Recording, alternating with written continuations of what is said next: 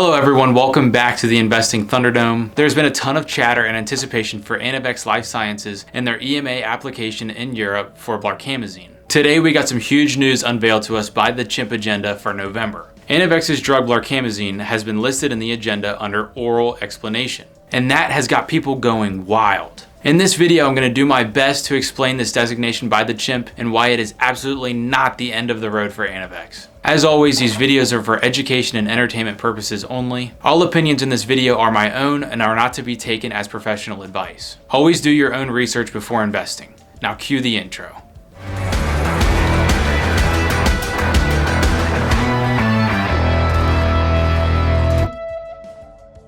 Let's talk a little bit about what exactly an oral explanation is and why Anavex was given this designation by the CHMP. To give a little bit of background, Anavex has hit every deadline along the way during their EMA submission process, which is obviously a sign of a healthy and confident submission. They also have shown up on the Dutch site of the National Healthcare Institute and the Danish site Amgros. The only reason that Anavex would show up on these sites is if the reporter gave the sites a reason to believe that there was going to be a positive opinion. A reporter is the lead scientific assessor who manages and steers the entire evaluation of a medicine's application. So if all these things are good for Anavex, why were they given an oral explanation designation by the CHMP on the November agenda? Well, firstly, we need to gather an understanding for what an oral explanation actually is in this context. An oral explanation is a meeting where representatives from a pharmaceutical company are invited to present and defend their drug application directly before the CHMP. It is a mechanism used late in the review process to address unresolved objections that, if not clarified, would likely lead to the rejection of the drug. When people hear the term oral explanation, they immediately hear alarm bells going off around them, or a sign that something is very wrong. And while that could be true for some companies facing off against an oral explanation designation, I want to reframe it a little bit for Anavex. Especially when we're talking about a drug as novel and as potentially landmark as Anavex's blarcamesine. So, the EMA's job is to review data. But what happens when a drug isn't a simple Me Too product? What happens when it's a first-in-class, orally available small molecule for Alzheimer's that uses a precision medicine approach based on the sigma-1 gene? The data is complex, the mechanism is new, and the list of differences goes on and on. In a case like this, an oral explanation isn't a red flag, it's a high-level discussion. Think of it less as an interrogation and more of a let's get everyone on the same page kind of meeting. When a drug has the potential to change the entire treatment paradigm, the EMA would like to speak to the company directly. They want to hear the story of the data, ask nuanced questions in real time, and get full alignment before the final vote. They want to all be on the same page with the drug that would be given to so many people across Europe if approved. And that brings me to my next point. There's something that needs to be cleared up here. Regulators like the EMA don't hold these high-level meetings in hopes of denying a landmark drug. Their goal is to find a path towards yes. So here's what the meeting looks like. Tomorrow, November 10th at 8 a.m. Eastern Standard Time, Anavex will have the initial 20 minutes to go over their initial presentation with the committee. This is their chance to address the most complex questions head on. Immediately following the 20-minute presentation, there is a Q&A session, again directly with the CHMP board members. This is where Anavex can clear up any ambiguities.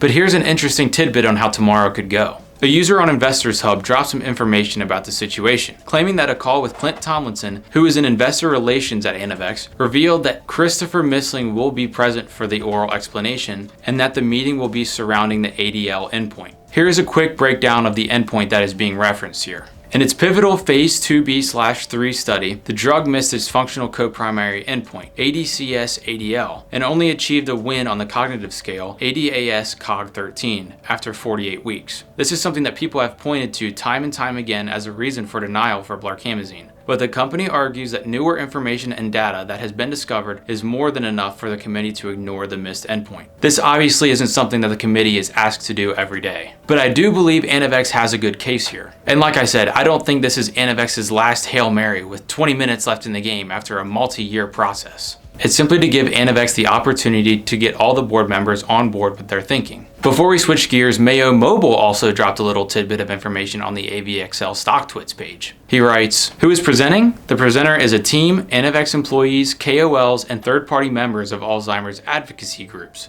Source, Clint Tomlinson. If your brain didn't just explode, then you're clearly not listening." He spoke with investor relations of Anavex, who said third-party Alzheimer's advocacy groups would be there. If you're a company fighting an uphill battle against denial and breathing your last breath, you don't go out of your way and waste your time to bring in KOLs and others to an oral explanation. Like I said before, this just isn't your normal oral explanation. Let's talk about some other companies who have faced this oral explanation stage. In the last 13 years, 15 companies were applying for EMA approval with what we would call landmark drugs. My referral to landmark here is an informal term to characterize the drugs as historic turning points or major breakthroughs in medicine. I would say that Anavex's blarcamesine fits that bill here. If you take a look at the chart of these companies, you see that 12 of the 15 were given approval and 3 of the 12 were denied, spanning from 2012 all the way to 2025. But what do the 3 denials all have in common? They were all re-examinations, meaning it was their second time around. So essentially the first time around they were given a negative opinion by the CHMP.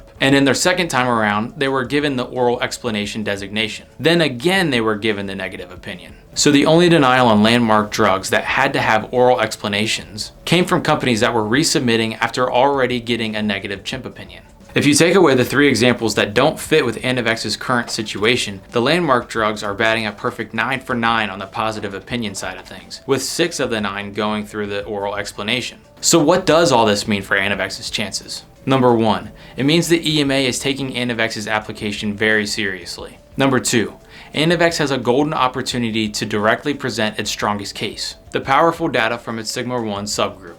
Number 3, based on the recent precedent, the EMA is willing to align on this exact kind of precision medicine approach. That's probably the biggest reason for this whole oral explanation situation. Anavex is building something in blarcamesine that has never been seen before. So the EMA is taking the necessary steps to ensure that they are making the correct decision. Because with a positive CHMP opinion, Anavex becomes the new blueprint for this kind of approach. This is a very exciting time, and this process is exactly how breakthrough medicines become breakthrough medicines. What do you guys think of Anavex's chances? Am I going nuts? Let me know down in the comments below. But that's it for this episode. Thank you guys for tuning in. As always, if you like this kind of content and you want to see more of it, be sure to like and subscribe. As always, I'm David Gibson, and this has been another episode of Thunderdome Investing.